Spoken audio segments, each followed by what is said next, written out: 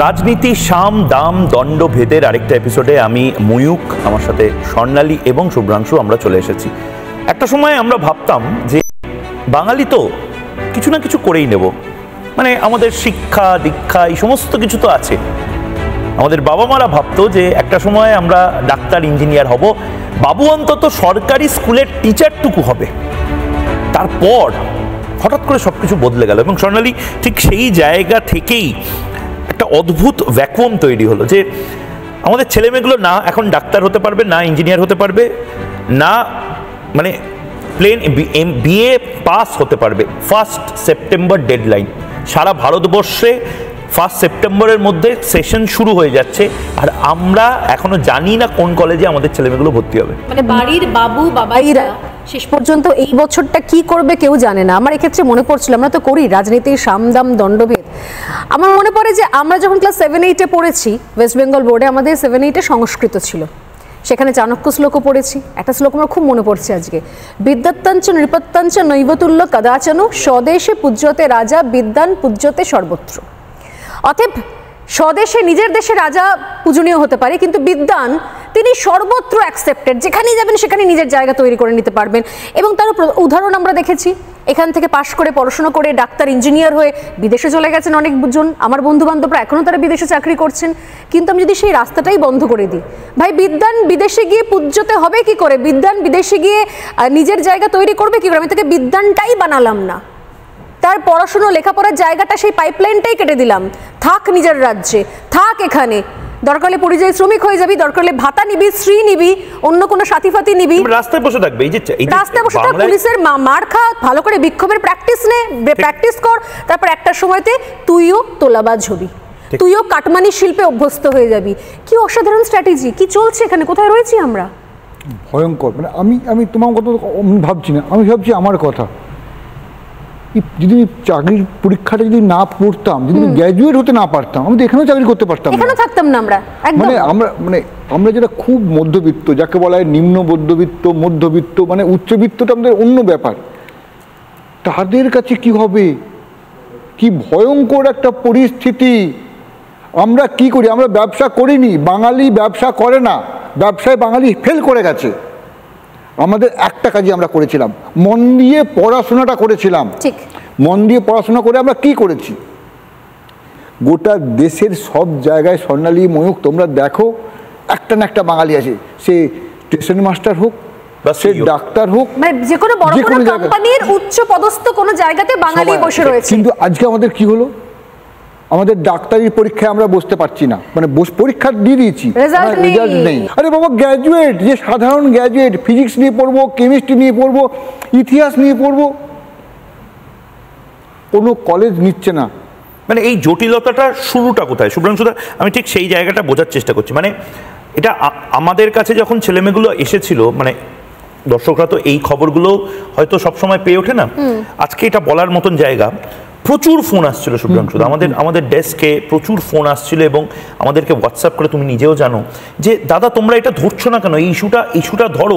আমি জানি যে তোমাদের প্রচুর রাজনৈতিক ইস্যু আছে, but this is the biggest politics. একদম না, তারপর আমরা করেছি, আমরা লাগাতার, তারপরে একমাত্র বাংলা টেলিভিশনে আমরা যেভাবে ঝাঁপিয়ে পড়ে করেছি, কিন্তু তারপরেও মনে হচ্ছে যে আমরা এখনো বোধহয় ঠিক পয়েন্টে হিট করতে পারছি না। মমতা বন্দ্যোপাধ্যায় একটা ভয়ঙ্কর খেলা খেলছেন এবং এই ভয়ঙ্কর খেলাটা এবার বোধহয় তার ভান্ডা ফোড় বা হাড়ি ফাটানোর সময় এসেছে। মমতা বন্দ্যোপাধ্যায়, স্বর্ণালী শুভ্রাংশুদা, মানে তুমি ভেবে দাও যে টিচার ছিল সে এখন রাস্তায়, যে টিচারই করবে বলে ভেবেছিল সে এখন রাস্তায়, যে ডাক্তার তাদের একটা নির্দিষ্ট আন্দোলনের জন্য রাস্তায় ছিল, টোটাল পলিটিক্সটা রাস্তায় নিয়ে এসে হাঁটু গেড়ে বসে একটা বাধ্যবাধকতার জায়গায় আসছে মমতা বন্দ্যোপাধ্যায়। তারপরে যদি 1 টাকা চালও এদের দেয়, এই সুমন বিশ্বাসদের, এরা তো বলবে না না অ্যাটলিস্ট কিছু তো দিচ্ছে, বেঁচে পড়তে পারছি। এবং এখানেও কিন্তু সেই দেখো গুলিয়ে দেওয়ার খেলা, অতএব সেই ঘুরে ফিরে সেই তোষণ, এবং সেখান থেকে আমরা প্রতি সপ্তাহে আলোচনা করি কিভাবে উনি গুলিয়ে দেন, কিভাবে উনি সবকিছু মিশিয়ে দেন। এখানেও তো এবিসি ক্যাটাগরি, এমন গুলিয়েছেন, কোর্টে তারিখের পর তারিখ আসছে, তার না কোনো সিদ্ধান্ত হচ্ছে, না কোনো ডেডলাইন পাওয়া যাচ্ছে, না কোনো তার ভাগ বাটোয়ারা হচ্ছে, কে কোন ক্যাটাগরিতে আসবে, কার কোন ক্যাটাগরিতে নাম হবে, আর না তো তাদের কোনো ভবিষ্যৎ তৈরি হচ্ছে। এরা যাবে কোথায় ছেলেমেয়েগুলো? শোনো, আমরা কি দেখেছিলাম, আমরা গল্প পড়েছি না, একজন বাঁশিওয়ালা বাঁশি বাজাচ্ছে, পিছনে ইঁদুরের দল, হ্যামলেনে যে সমুদ্রে ফেলে দেওয়া হচ্ছে। এখানে ব্যাপারটা ওই রকমই হচ্ছে, এটা আড়কাঠি গোটা সিস্টেমটাকে, বাঙালি জাতিটাকে গ্যাঁড়া করে ফেলে দিয়েছে। গোটা বাঙালি জাতি গ্যাঁড়া করে পড়ে গেছে, আমরা চরম জায়গায় পৌঁছে গেছি। আমরা ছোটবেলায় কি বলতাম, লেখাপড়া করে যে জুড়ি গাড়ি চড়ে সে। এখন লেখাপড়া করলেও এখন রেজাল্ট তো নেই। লেখাপড়া করে যে গাড়ি চাপা পরে সে এখন পুলিশের লাঠির বাড়ি খায় সে। না, যেটা প্রবলেম, যেটা সমস্যা হচ্ছে, এই যে তুমি যেটা খুলতে চাইছো আর খুলছো, কিন্তু ওবিসি এই যে সংরক্ষণ, না ওবিসিটা কি এত বড় একটা ইস্যু? না, এটাতেই দেখ, তাহলে দেখিয়ে দিলাম, দেখ এই দেখিয়ে দেওয়াটাই সমস্যা হচ্ছে। কাদেরকে দেখাচ্ছি? আমাদের সন্তানদের দেখানো হচ্ছে। আরে ব্যাপারটা মিটিয়ে নাও না ভাই, যা হয়েছে মেটাও, ছেলেগুলো পড়ুক কলেজে। ও কিন্তু না, মাথাটি নত করবো না, বা অন্য একটা কোনো পলিটিক্যাল হয়ে যাবে ব্যাপারটা, এটা গেম হয়ে যাবে পলিটিক্যাল। ঠিক এই জায়গাতে মানে এটা তো একটা ইস্যু, কিন্তু আরেকটা ইস্যু সেটা হলো 26,000 ছেলে মেয়ে, তাদের পরিবার। এই 26,000 ছেলে মেয়ে কিন্তু মানে এভাবে আমি বলতে চাইনি, আমার আগেও আমি বলেছি, আমি দুঃখিত, কিন্তু ওদের বিশ্বাসটা কোনো একটা খুব স্ট্রং টিএমটি বার দিয়ে তৈরি। প্রথম দিন থেকে বিরোধী দলগুলো বলেছিল, সাংবাদিকরা প্রশ্ন করেছিল যে আপনারা মমতা বন্দ্যোপাধ্যায়ের উপর এই বিশ্বাসটা রেখেছেন কোন যুক্তিতে? অভিজিৎ গাঙ্গুলি যখন প্রথম এই ভার্ডিক্টটা দেন 26,000 ছেলে মেয়ে, তিনি বোধহয় বলেছিলেন ঢাকি সমেত বিসর্জন দেন। তারপরে অনেক দূর জল গড়িয়ে গেছে, কিন্তু এটা আমাদেরও খারাপ লাগছে সোনালি। মানে একদিন যদি হঠাৎ করে এই মুহূর্তে থেকে যদি চাকরিটা চলে যায়, এবং তারপরে হয়তো আমাদেরও আর কিছু করার নেই, আমাদের হয়তো বারবার যে যাকে আশ্বাস দেবে ঠিক সেইভাবে, অভয়ার মা বাবা যেভাবে যে আশ্বাস দিচ্ছে তার পাশে থাকছে। কিন্তু এখানেও সেই যোগসূত্র একই, কিরকম? সেই গুলিয়ে দেওয়া, কোর্টে চলে যাওয়া, যে কোনো বিষয়কে রাজ্য নিজের কাছে সমাধান সূত্র বার করে না, সমস্ত বিষয় চলে যাচ্ছে কোর্টের কাছে। সীমাহীন দুর্নীতি, সীমাহীন করাপশন, সীমাহীন তোষণ সব ঠেলে দেওয়া কোর্টের কাছে।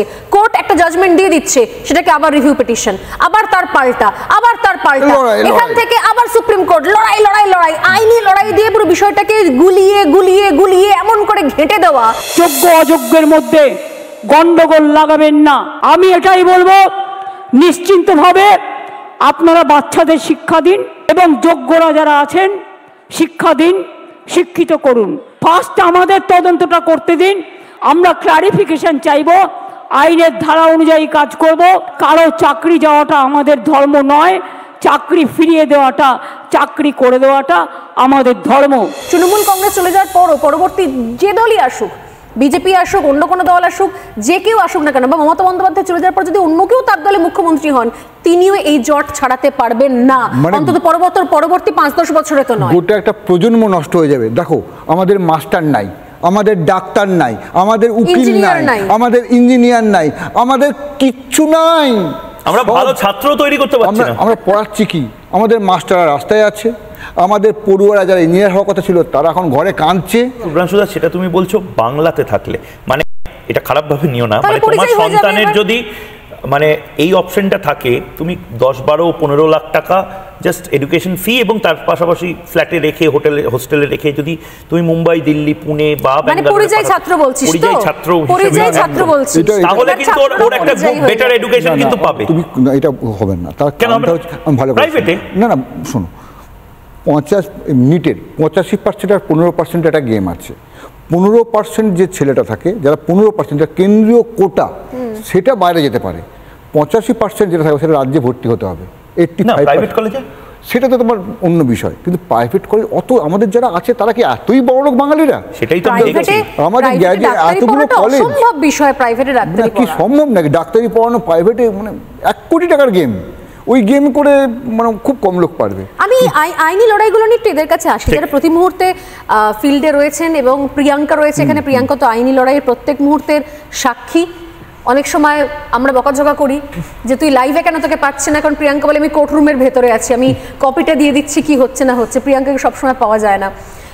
আমাকে একটা জিনিস বল, যে এই বারবার করে যে একটার পর একটা, এই যে আমরা বলছি যে সব বিষয়টাকে আইনের দরজায় ঠেলে দেওয়া, আইনের দুয়ারে ঠেলে দেওয়া, আমাদের কাছে হচ্ছে আইন মানে কোর্ট।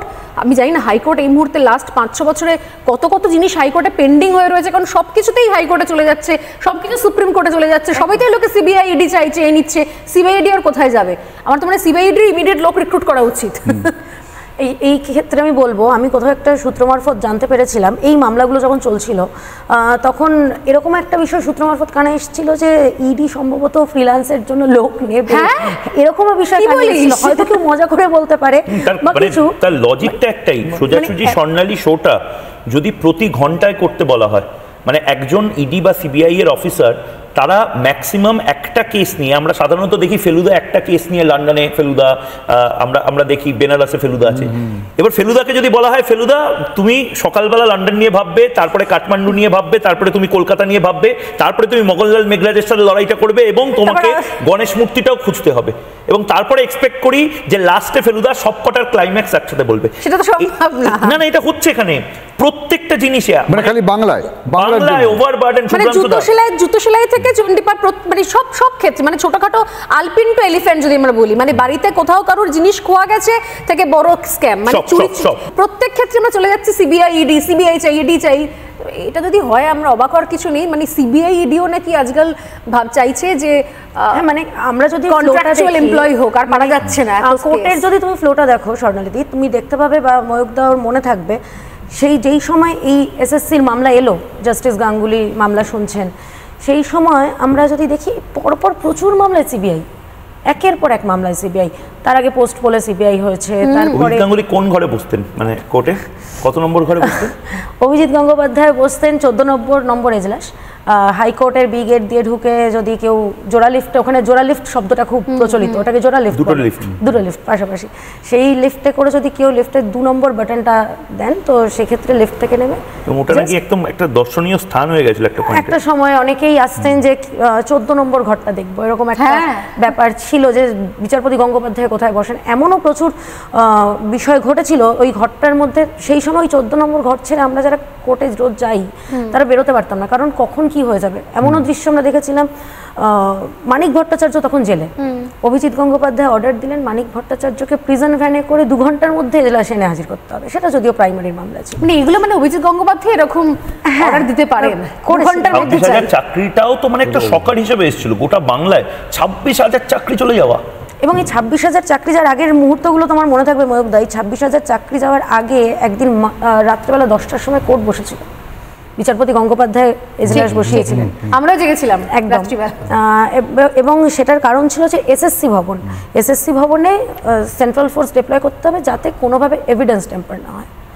সেই কারণে প্রধান বিচারপতি অনুমতি দিয়েছিলেন এবং তারপরে গিয়ে সেই এজলাস বসেছিল এবং তারপরে অর্ডার হয়েছিল এবং রাতারাতি সিআরপিএফ ওখানে সেন্ট্রাল ফোর্স ডিপ্লয় করা হয়েছিল যাতে, এবং সেখানে পুরোটা তারা নিজেদের দায়িত্বে নিয়েছিলেন এবং পরের দিন তারপরে তো আদালতে এই মামলা চলে।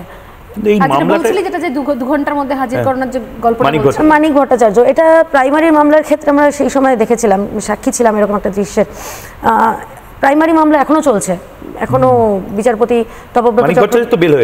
মানিক ভট্টাচার্যের বেল হয়ে গেছে। উনি নিজের নিষ্পত্তি চেয়েছেন এই মামলা থেকে, সেটিও উনি ফাইল করেছেন, যদিও সেই মামলার শুনানি বিভিন্ন লোকের যদি বেল হয়ে যাচ্ছে, এদের চাকরি যাচ্ছে।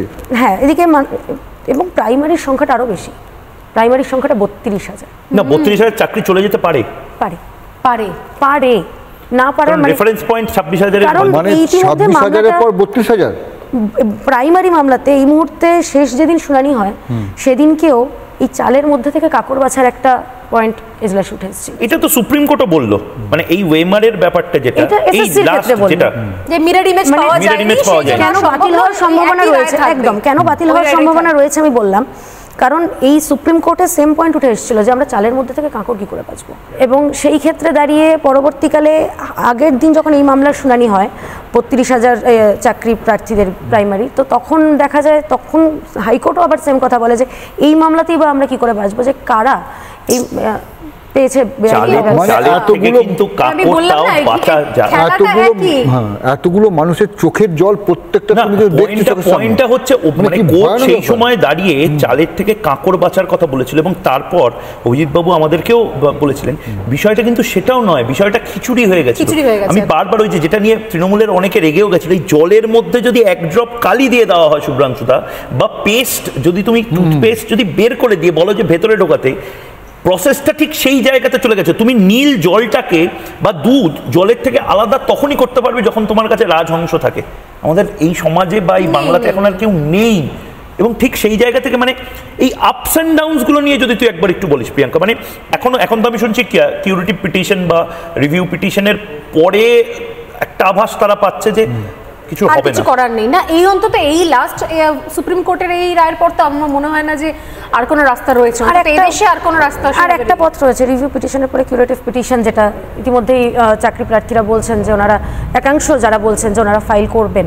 তবে এই বিষয়টা যদি ফাইল হয়ও, তবে সেই ক্ষেত্রে স্বর্ণালীদি আমি বলবো প্রশ্ন থাকছে, কারণ রিভিউ পিটিশন মানে পরীক্ষা দিতে হবেই, চান্সেস মানে কাগজ যেরকম দেখাতে হবে কিছু জনকে, সেরকম চাকরি প্রার্থী তাদেরকেও পরীক্ষায় বসতে হবে এবং চাকরিহারা তাদেরকেও পরীক্ষা দিতে হবে। আইন তো আইনের পথে চলবে, এবার আইন কোন পথে চলবে সেটা সুপ্রিম কোর্ট, শীর্ষ আদালত, মহামান্য শীর্ষ আদালত বলতে পারবে। তবে আইনজীবীদের সাথে আমরা যেটুকু কথা বলেছি বা আমরা যেটুকু কথা বলে বুঝতে পারি, আইনজীবীদের বক্তব্য, এবং আমরা বিকাশ রঞ্জন ভট্টাচার্য যিনি এই মামলা শুরু হয়ে গেলে লড়ছেন, বিকাশ রঞ্জন ভট্টাচার্য নাকি মামলাটা আসলে ঘেটে দিয়েছেন, এটা টানা তৃণমূল তো বলে এসছে, মমতা বন্দ্যোপাধ্যায় বলে এসছে।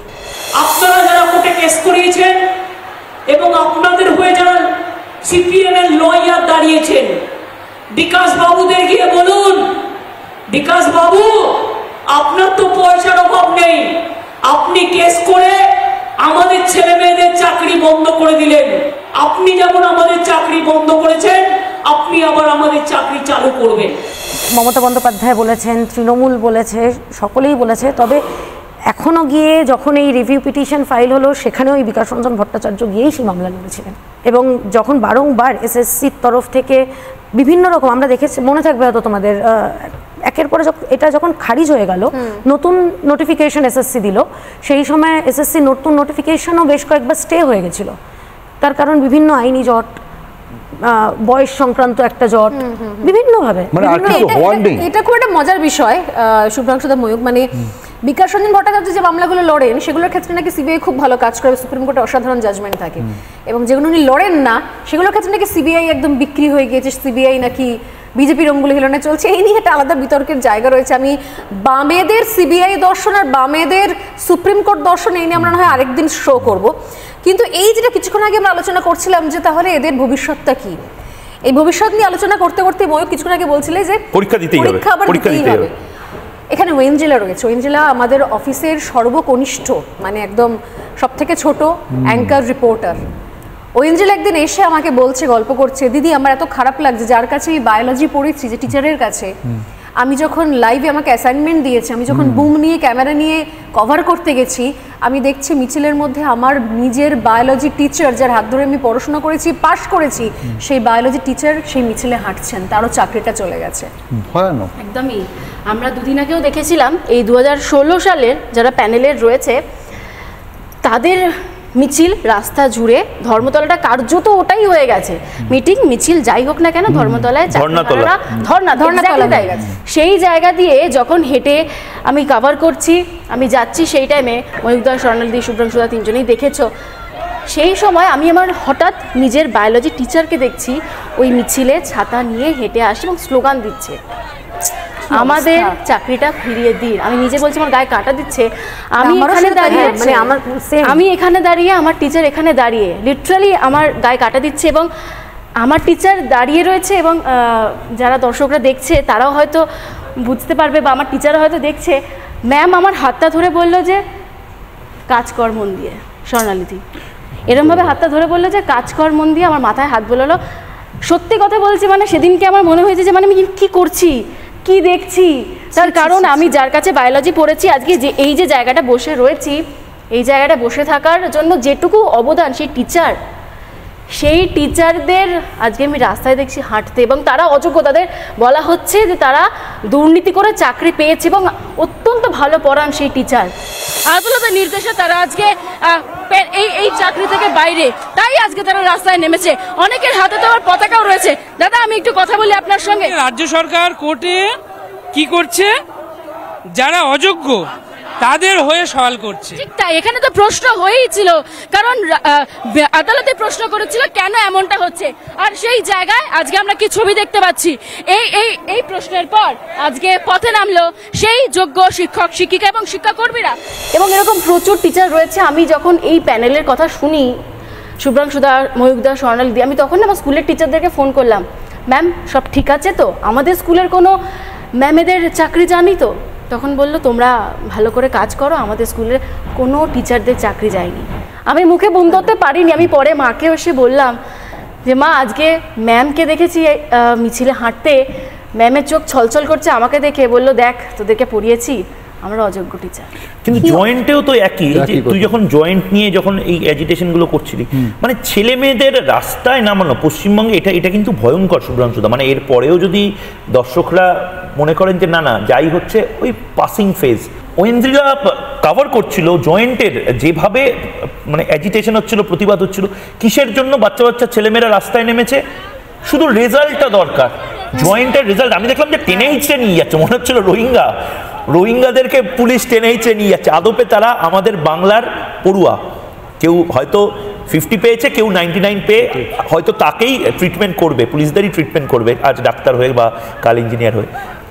এক্ষেত্রে একটা ঘটনা বোধহয় রয়েছে যে এদের কারোরই বোধহয় সম্ভবত এখনো ভোটার আইডি কার্ড হয়নি, সদ্য 18 বছর হয়েছে, তো এরা বোধহয় এখনো ভোট ব্যাংক হয়ে উঠতে পারেনি। তুমি দেখো না এখানে টিচারদের চাকরি চলে যাচ্ছে, এখানে তুমি একটা ভালো ডাক্তার, একটা ভালো ইঞ্জিনিয়ার, যদি তোমার বাড়িতেই শুভ্রাংশুদা যদি কেউ মনে করে যে আমি মাধ্যমিক স্কুলে মানে মাধ্যমিক বোর্ডে, স্টেট বোর্ডে আমার ছেলেমেয়েকে পড়াবো, আমি কেন্দ্রীয় বিদ্যালয়ে পড়বো না, আমি আইসিএসসির কোনো স্কুলে পড়বো না, আর্মি স্কুলে পড়বো না, আমি আমার ছেলেমেয়েকে এই মাধ্যমিক বোর্ডে পড়াবো, তারপর উচ্চ মাধ্যমিক পরীক্ষা দেওয়াবো, তারপর বাংলার জয়েন্ট এন্ট্রান্সে দেবো। আমরা মুখে বড় বড় কথা বলি শুভ্রাংশুদা, কিন্তু এই বাংলাতে আমরা নিজেরা বাঙালিকে আর ঠিক কতটা পেছনে নিয়ে যাবো বলো তো দাদা? আমরা ডিপেন্ড করে আছি দিল্লি, উত্তরপ্রদেশ, গুজরাট, বিভিন্ন জায়গার বোর্ডের ওপরে শুভ্রাংশুদা। বাংলা মিডিয়ামের ভরসা নেই, এই হচ্ছে আমাদের বাঙালি অস্মিতা, এই হচ্ছে বাঙালি নিয়ে বিশাল কথা। আমি তোমাকে বলে নিচ্ছি, এই কথাটা তুমি যখন বলছো না অন এয়ার, 100 জন বসে আছে, আমি নাম বলছি না সেই সংগঠন বা দলের, তারা বলবে এই দেখো স্বর্ণালী এই কথাটা বলছে। আমি নির্দিষ্টভাবে বলছি এই কথাটা বলার জন্য স্বর্ণালীকে যদি আক্রমণও 5টা ফেস করতে হয়, আমি 20টা ডকুমেন্ট নিয়ে দেখিয়ে দেবো বাংলায় ড্রপ আউটের লিস্ট কি অবস্থায় আছে। বাংলা মিডিয়ামে এটা আমরা মানতে শিখতে পারছি না, বাংলা মিডিয়াম বা ইংলিশ মিডিয়ামও একদম ছেলেমেয়েগুলো পড়ছে না, ড্রপ আউট হয়ে যাচ্ছে। এই যে 6 লক্ষ উচ্চ মাধ্যমিক পাশ করে বসে আছে, 6 লক্ষ ছেলেমেয়ে কি করবে? সিন্ডিকেট করবে? কি করবে? তোলাবাজি শিখবে, তোলাবাজি শিল্প। অত কি বালি আছে? অত বালিও নেই, অজয় দ্বারকেশ্বর, অত বালি কোথায়? এরা কি করবে? এত ছেলেমেয়ের ভবিষ্যৎ কি হচ্ছে? একটাই পরিণতি হচ্ছে, ভাই রাজ্য ছেড়ে চলে যাও, তোমরা পরিযায়ী শ্রমিক হয়ে যাও, পরিযায়ী ডাক্তার হয়ে যাও, পরিযায়ী ইঞ্জিনিয়ার হয়ে যাও, পরিযায়ী পড়ুয়া হয়ে যাও, পরিযায়ী অভিভাবক হয়ে যাও, ছেলেমেয়ের জন্য চলে যাও। এরা শুধুমাত্র ভাতা থাকবে। এই ভাতাগুলো কাদের জন্য? আমাদের নিজেদের রাজ্যের ছেলেমেয়েরা তো ভাতাজীবী হবে না, অতএব কাদের জন্য? এই একই প্রশ্ন থাকছে। নতুন ভোট ব্যাংক তৈরি করছেন মমতা বন্দ্যোপাধ্যায়। এবং ঠিক সেই জায়গা থেকে একটি প্রতিবেদন, এবং এই প্রতিবেদনের পর সবচেয়ে ইনডেপথ আলোচনা বাংলা টেলিভিশনে হতে চলেছে।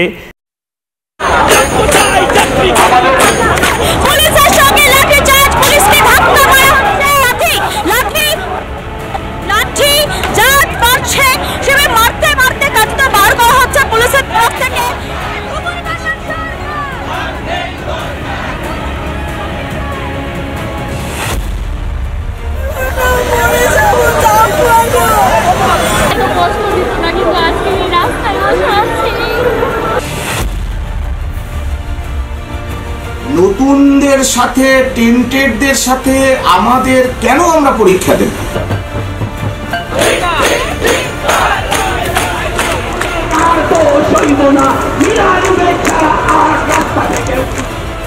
অযোগ্যের মধ্যে গন্ডগোল লাগাবেন না, ফার্স্ট আমাকে তদন্তটা করতে দিন। আমরা ক্লারিফিকেশন চাইব, আইনের ধারা অনুযায়ী কাজ করব। কারো চাকরি যাওয়াটা আমাদের ধর্ম নয়।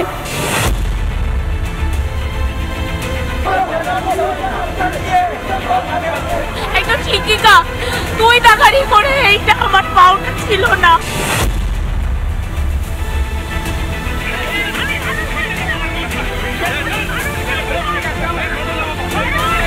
কলেজ অ্যাডমিশন ভর্তি প্রক্রিয়া 3 মাস ধরে বন্ধ করে রেখেছে ক্লাস 12 এর এক্সামের পরেও।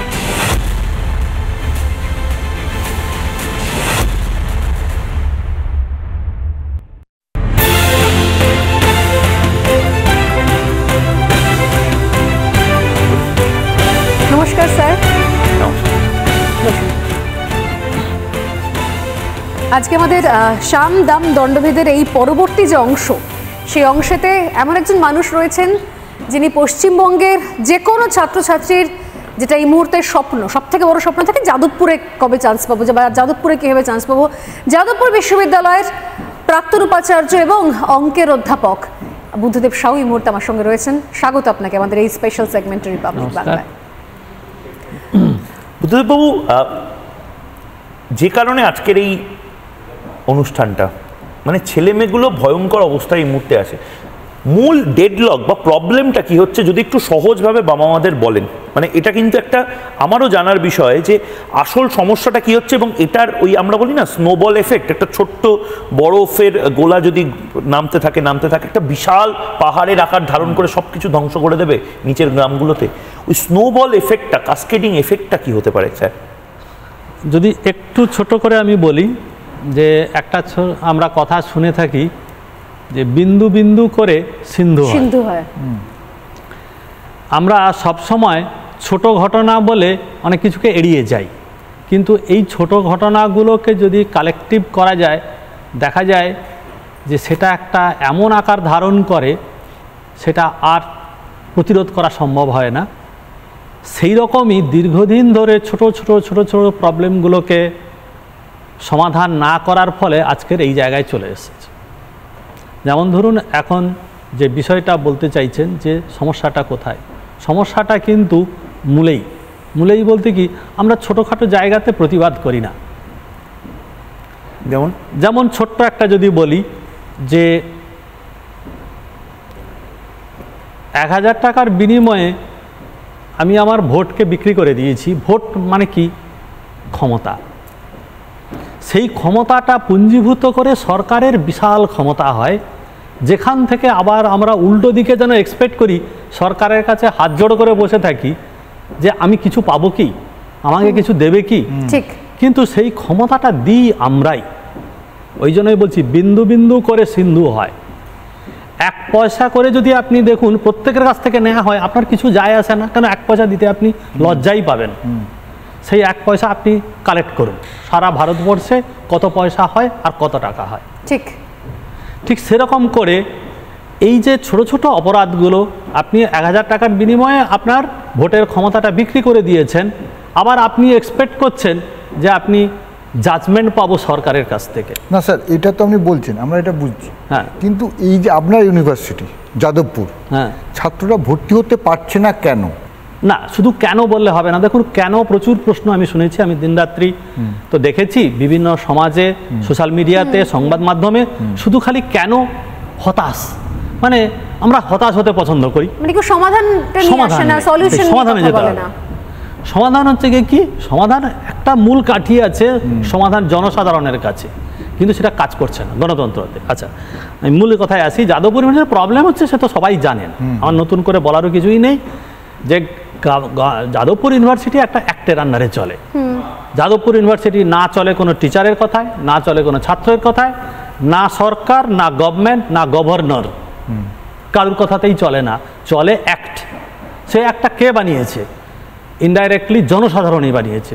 জনসাধারণ মনে করেছে এই ব্যক্তি ফিট, সে তাকে ভোট দিয়েছে, তারা সরকার গঠন করেছে, সেখান থেকে অ্যাক্ট হয়েছে। সেটা মানে সরকার বানিয়েছে, সরকার মানে জনসাধারণই। ঠিক।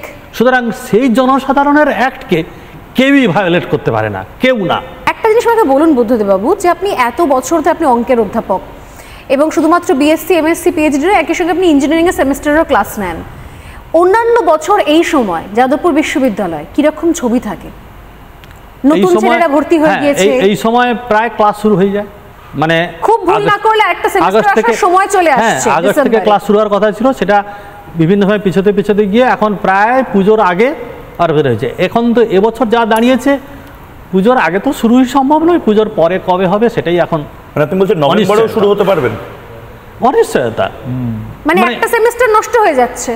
তাই তো হচ্ছেই, মানে ওই যে দেখুন, আবার আমি জানি যে হয়তো কিছু একটা জোড়াতাপড়ি দেবে, মানে জোড়াতাপড়ি তো আন্তর্জাতিক সংস্থা, সে যখন আসবে ক্যাম্পাসিং এ তখন তো ওই জোড়াতাপড়িটা থেকে যাবে। এটা তো ওদের হেডেক নয় যে পশ্চিমবঙ্গে এরকম সমস্যা হয়েছে।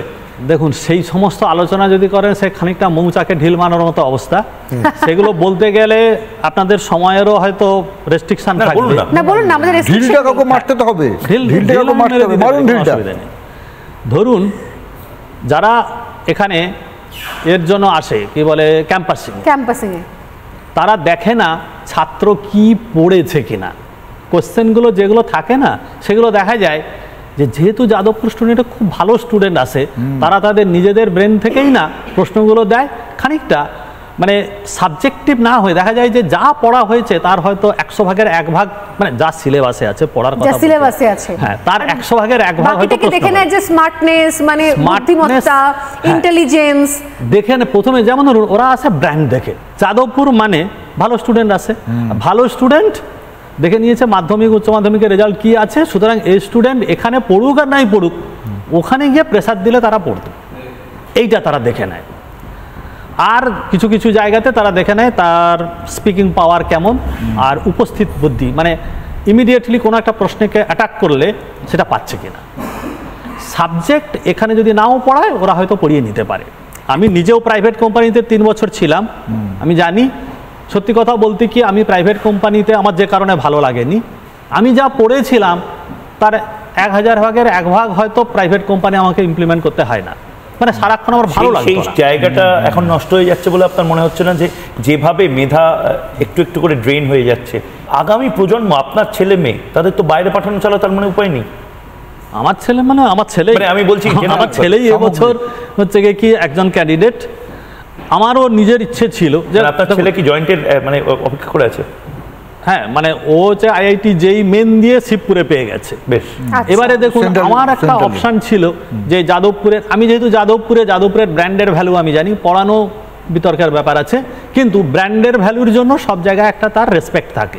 আচ্ছা, শিবপুরে পড়াশোনা শুরু হয়ে গেছে, এই তো কালকে অ্যাডমিশন হলো, সোমবার দিন থেকে তাদের ক্লাস শুরু হবে।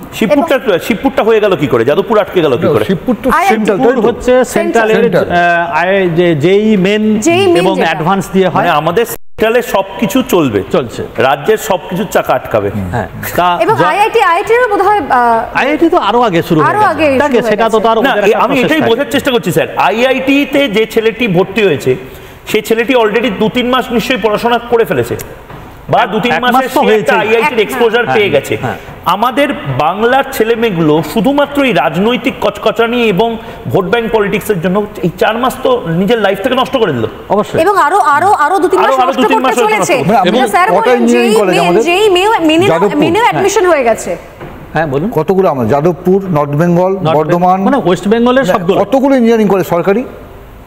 ইঞ্জিনিয়ারিং কলেজের এক্সাক্ট কাউন্ট আমি বলতে পারবো না, কিন্তু নামগুলো বলছি, যেমন ধরুন Jadavpur university, north Bengal university, তারপরে বর্ধমানে আছে, তারপরে এখানে ধরুন গভর্নমেন্ট কলেজ আছে, কল্যাণী গভর্নমেন্ট কলেজ আছে।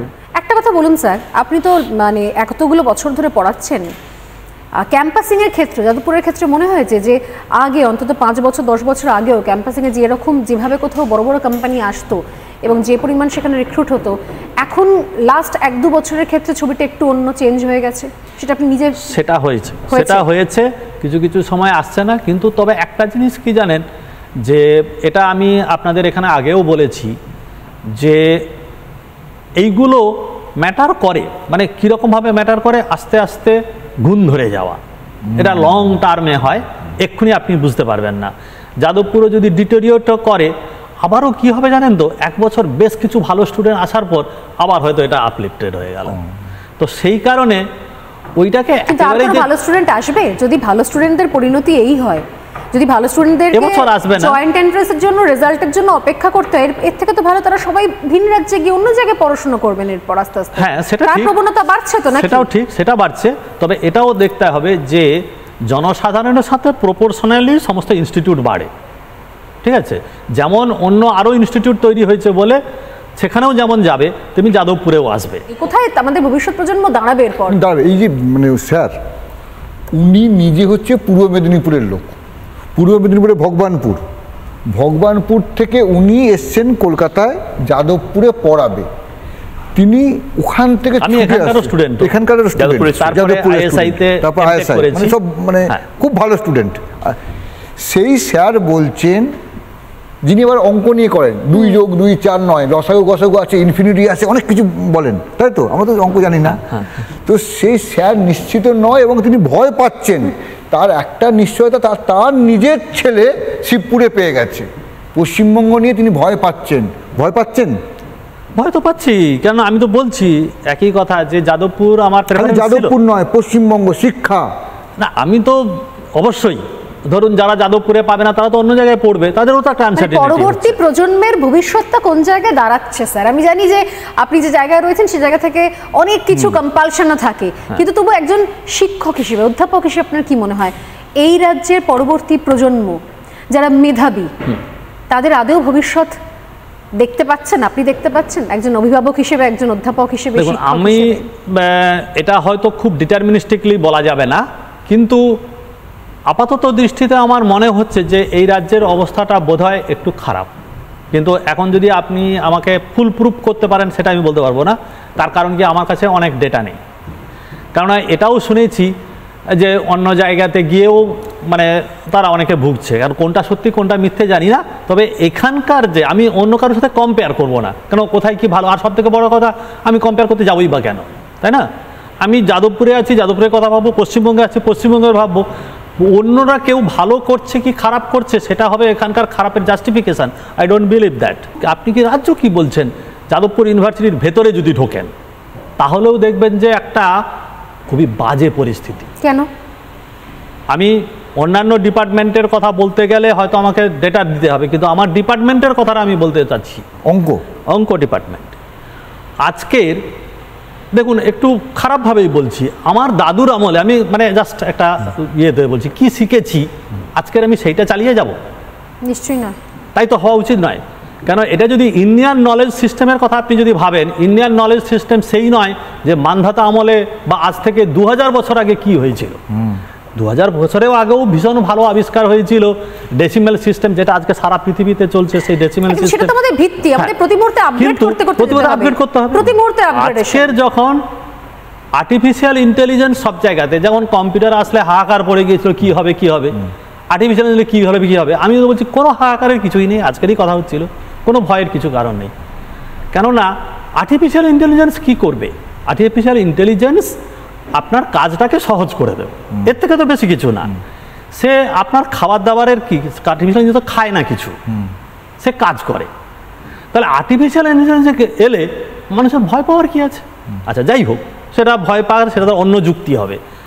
আজকের যখন সবাই সেইটা পড়াশোনা করার চেষ্টা করছে, কেননা কাজ সহজ হয়ে যাবে। কেন যাদবপুরে কি এআই নিয়ে পড়াশোনা হচ্ছে না? ম্যাথামেটিক্স ডিপার্টমেন্টে গত বছর থেকে এআই পড়ানো শুরু হয়েছে, মানে ম্যাথামেটিক্স ডিপার্টমেন্টে। কেননা এআই এর যে বেসিক ব্যাকগ্রাউন্ড সেটা কিন্তু অ্যাকচুয়ালি ম্যাথামেটিক্স। যে যাই বলুক না কেন, ম্যাথামেটিক্স ছাড়া এআই হতে পারে না। অ্যালগরিদম যখন ডিটারমিনিস্টিক হয় তখন সেটাকে আমরা সো কল্ড কম্পিউটার সায়েন্স বলছি, আর নন ডিটারমিনিস্টিক হয়ে গেলেই হয়ে যাচ্ছে আর্টিফিশিয়াল ইন্টেলিজেন্স। এটা নিয়ে আপনি বলছেন যে আগের বছর সবে শুরু হয়েছে এআই। আমি যতদূর জানি মানে অন্যান্য রাজ্যে এটা নিয়ে তো পড়াশোনা শুধু নয়, এটা নিয়ে আমি ম্যাথমেটিক্স ডিপার্টমেন্টে হয়েছে, এআই হাব তৈরি হয়েছে। তো সেটা আমাদের পশ্চিমবঙ্গে যাদবপুরে কেন হবে না? এবারে ভাঙড়ে কেন একটা এআই হাব? সেটাই আমি বলতে চাইছি যে আপনি ছোট্ট থেকে বুঝতে, যে বললাম না, ছোট জায়গা থেকে আপনি অনেকটা বড় জিনিসকে গেস করতে পারেন যে কি চলছে। গতবারে এআই যখন পড়ানো হলো, এবছর, গত বছর খুব একটা ছেলেরা জানে না, এবছর পড়ানো হলো। এবছর ছেলেগুলো অনেকেই নিতে চেয়েছিল, তাদেরকে দেওয়া হয়নি, দেওয়া হলো না সাবজেক্ট, মাত্র দেওয়া হয়েছে ডেতে 12 জন আর ইভিনিং এ দেওয়া হয়েছে 7 জন। কি বলছেন স্যার? কিসের কারণ? না কারণটা কি না, কিছু কিছু সাবজেক্টের মানে স্পেশাল পেপারে ছাত্ররা পড়তে চাইছে না। কথা হচ্ছে যে ভয়ানক কথা তো, হ্যাঁ, কথা হচ্ছে যে যে সাবজেক্টটা ছাত্ররা ইন্টারেস্টেড নয়, স্পেশাল পেপার যখন, তাকে জোর করে পড়াবেন কেন? একজন টিচার নিজেকে আপগ্রেড করতে পারছেন না, তিনি সেই ছোটবেলায় কি একটা পড়েছিলেন আর উনি নতুন করে পড়তে চান না। কে বলছে আমার রিটায়ারমেন্টের কদিন আছে, আমি নতুন করে, তা পড়াবেন না। কি ভয়ঙ্কর অবস্থা! তারপর আপনাকে স্পেশাল পেপার পড়াতে কে বলেছে? ছাত্ররা যেটা এবার দেখুন ইনফ্রাস্ট্রাকচার বলছে সম্ভব, বাট টিচাররা দিতে রাজি না। তো আমরা অন্য রাজ্যের থেকে অনেক পিছিয়ে অনেক পিছিয়ে। অন্য এই যে পিছিয়ে কথাটা বলছেন কেন? এটা অন্যায়, ক্রাইম না। আমি যদি কম্পারেটিভ স্কেলেও দেখি স্যার, অন্য রাজ্যগুলোতে আজকে যদি আমি ভালো এআই জানা ছেলে মেয়ে পাই, তাহলে তো সেই ছেলে মেয়েগুলোকে আমি আটকাতে পারবো। এরা তো আমেরিকা চলে যাবে, এবং শুধু তাই না, কোটি কোটি টাকার আমেরিকার স্টার্টআপে, এআই স্টার্টআপে কাজ করবে। শুধু তাই না, আমাদের ভারতে কি হবে? এরপর আমাদের যাদবপুর বিশ্ববিদ্যালয় সম্পর্কে স্যার যেটা বললেন যে ব্র্যান্ড একটা কাজ করে, এরপর কয়েক বছর পর থেকে শুভ্রাংশুদা যখন অন্যান্য কোম্পানিও জানবে যে এই যাদবপুর বিশ্ববিদ্যালয় ভালো ছিল, কিন্তু এখন নতুন নতুন জিনিসগুলোতে এখানকার ছেলেদের থেকে কিছু পাওয়া যাচ্ছে না, আর আরো সেখানে প্রভাব পড়বে, ক্যাম্পাসে প্রভাব পড়বে। এই ম্যাথমেটিক্স ডিপার্টমেন্টের ব্লান্ডার কাজ করুন। 1981 সালের জেইউ অ্যাক্ট, সেই অ্যাক্ট অনুযায়ী একটা টপিক যদি বা একটা ডিপার্টমেন্ট বা কোনো একটা সেন্টার যদি থেকে থাকে, সেটাকে তুলে দেওয়া যায় না হুট করে। আচ্ছা, ম্যাথমেটিক্স ডিপার্টমেন্টে রেজলিউশন করে দিল। আর আমি যখন ভাইস চ্যান্সেলর ছিলাম, তখন ভাইস চ্যান্সেলরশিপ পরে যিনি ডিন ছিলেন, তিনি সেটাকে কি করলেন, ম্যাথমেটিক্স ডিপার্টমেন্ট থেকে নিয়ে গিয়ে ফ্যাকাল্টিতে নিয়ে গেলেন। অ্যাজ সাচ ফ্যাকাল্টিতে কোনো টিচার নেই। আপনি ভাবুন, একটা সাবজেক্ট পড়ানো হবে ফ্যাকাল্টিতে, সেখানে তার টিচার নেই। অথচ সেইটা ম্যাথমেটিক্স ডিপার্টমেন্টে আমি তো ছিলাম, আরও কিছু টিচার আছে, তারা কিছু কিছু সাবজেক্ট পড়াতে পারেন। আমি তো ম্যাথমেটিক্সে এমএসসি হলেও আমার কম্পিউটার সায়েন্সে MTech and PhD from ISI, তাহলে আমি সেই জায়গাটাতে কম্পিউটার সায়েন্সটাতে একটা পজিশন পড়াতে পারতাম।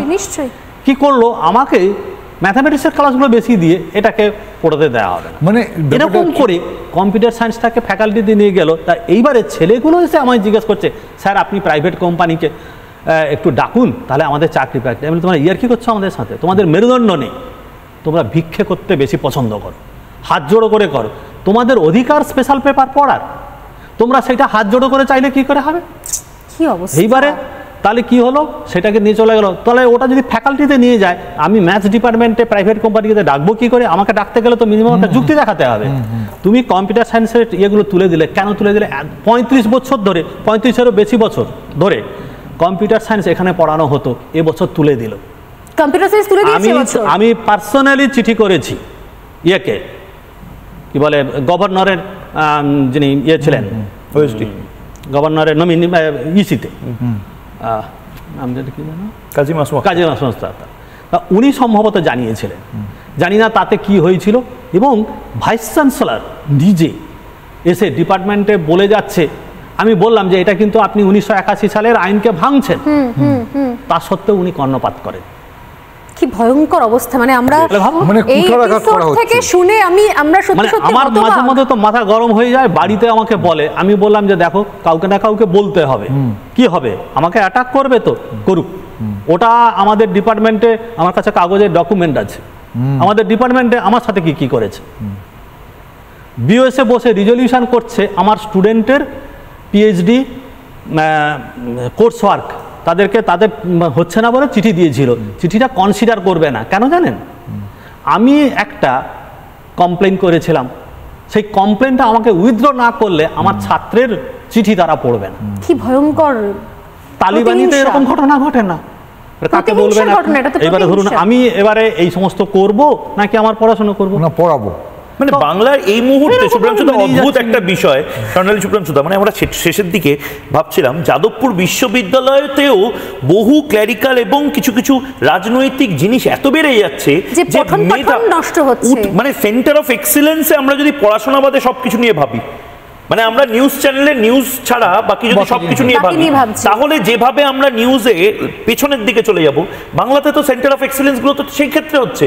একই সঙ্গে সিলেবাস, তার টেক্সট বুক, তার সিলেবাস, এন্টায়ার যে পড়াশোনার যে ইনফ্রাস্ট্রাকচার, টপমোস্ট, মানে একদম প্রথম সারির, প্রথম একদম নাম যে বিশ্ববিদ্যালয় আসে, সেখানে যদি এই পরিণতি হয়, তাহলে অন্যান্য জায়গায় কি ভয়ঙ্কর পরিণতি হবে। অন্যান্য সরকারি বিশ্ববিদ্যালয়, সরকারি কলেজের কি অবস্থা সেখানকার, ভাবলেও আমরা মানে ভয় কাঁটা হয়ে যাচ্ছি। এবং আমার মনে হয় শুভ্রাংশুদা, তোমার মনে পড়বে, হ্যাঁ স্যার, তৃণমূল সরকারের সেই সিপিএম এর জুতোতেই পা গলাচ্ছে। সেই সময় যখন ছিল কম্পিউটার সায়েন্স পড়তে দেবো না, কম্পিউটার আসতে দেবো না, সেম জিনিস আজকে হচ্ছে। পলিটিক্সটা করবে এবং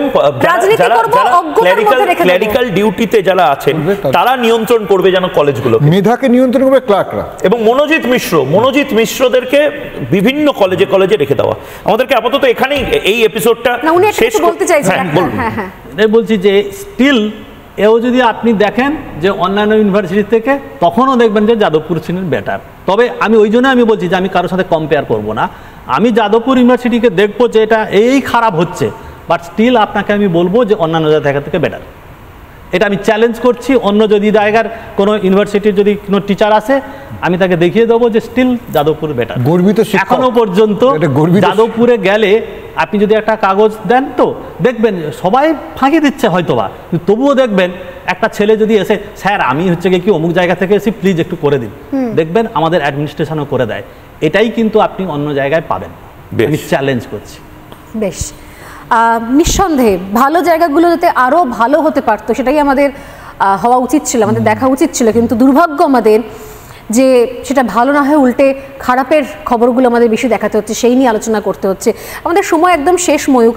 আমি বলছিলাম যে বামেদের জুতোয় পা গলানো, সেই সময় শুনেছিলাম কম্পিউটার আটকে দেওয়া হয়েছিল, এখন জানতে পারছি আস্তে আস্তে খবর আসছে এআই, আর্টিফিশিয়াল ইন্টেলিজেন্সকে আটকে দেওয়া হচ্ছে। এই আটকাতে আটকাতে আটকাতে কোন জায়গায় আমরা ঠেলে দিচ্ছি আমাদের পরবর্তী প্রজন্মকে, আমরা নিজেরাও জানি না। সবাই জানি আমরা যে খুব ভালো জিনিস রয়েছে আমাদের কাছে, খুব ভালো মেধা রয়েছে, খুব ভালো ইউনিভার্সিটি রয়েছে, কিন্তু শেষ পর্যন্ত এর শেষ কোথায়? এআই নিয়ে যে আতঙ্কটা, যেহেতু আমি আমি একটা মেসেজও দিতে চাই যে সত্যি কিন্তু ভয়ের কিছু কারণ নেই। তার ছোট্ট একটা এক্সাম্পল বলে দিই, যে একজন আমাকে জিজ্ঞেস করেছিল যে স্যার এআই হলে কি হবে? আমি কি হবে না, এআই হলে আমাদের তো কাজ থাকবে না। আমি যে তুমি সত্যি কাজ করতে চাও? না স্যার কি যে বলেন, আমি তো কাজ করতে চাও না। না না স্যার, কাজ না করলে খাবো কি? আমি বললাম, সেইটা বলো, তুমি খেতে চাও না কাজ করতে চাও? আচ্ছা তুমি যদি বলো যে এআই এসে সব কাজ করে দেবে, তোমার আর কিছু করার থাকবে না, তাই তুমি খেতে পাবে না, আর তোমার দরকার কি যে এআই এসে তোমার খাবার বানিয়ে দেবে, তো তুমি তো খাবো আর ঘুমাও, আর কি তোমার তো কাজ করতে কে বলেছে? না স্যার এআই কি সব কিছু করতে পারবে? আমি তার মানে তোমার কাজ থাকবে। তো সুতরাং এআই, দেখুন এআই আপনার কাজকে সহজ করবে, আপনার কাজ কেড়ে নেবে না, খাবারও কেড়ে নেবে, আর খাবার বানানোটাকে সহজ করে দেবে, হয়তো তখন আপনি অজানাকে জানার জন্য সময় দেন। সুতরাং এআই নিয়ে ভয় পাওয়ার কিছুই নেই। কাজ, যেমন আমি আমার ক্লাসেও বলে এসেছি যে একটাই তো শিক্ষা যেটা আমরা ছোটোবেলা থেকে শিখতে চাই, শেষ পর্যন্ত পারি না, সেটা হচ্ছে কি এক হয়ে, সবাই মিলে এক হয়ে বাঁচুন, খাবার ততটাই তৈরি করুন যতটা সবাই খাবো। আপনি খাবো, আপনাকে খেতে দেবো না, এটাই মানে আমাদের চরিত্রে একটা প্রবলেম আছে, সেটাই সমস্যা, এআইয়ের সমস্যা নয়। বেশ, এআই আসবে আর আমরা সবাই মিলে থাকবো, কোনো অসুবিধে হবে না। বরঞ্চ কাজ যদি এআই করে দেয়, তাহলে অজানাকে জানা, অচেনাকে চেনার কাজটাকে মন দিয়ে করুন না, তাহলেই দেখবেন আবার কাজ বেড়ে যাবে। বেশ, নিঃসন্দেহে অনেকগুলো বিষয় নিয়ে আলোচনা হলো, কিন্তু রাজনীতির এই সাম দাম দণ্ডভেদের এই সফর আমাদের চলতে থাকবে, এবং এই একই রকমভাবে আমরা প্রশ্ন করে যাব, একই রকমভাবে এই টেবিলে বসে আমরা এরকম এই সময় দাঁড়িয়ে সব থেকে চর্চিত, আলোচিত, সবচেয়ে বেশি ভয়ের বা ভুল জিনিস কীভাবে ছড়ানো হচ্ছে, সেই সব কিছুর কাটা ছেঁড়া বিশ্লেষণ চালিয়ে যাব। আজ এই পর্যন্ত। ময়ূক, শুভ্রাংশু, আবার দেখা হবে আগামী সপ্তাহে ঠিক এই সময়। ভালো থাকবেন।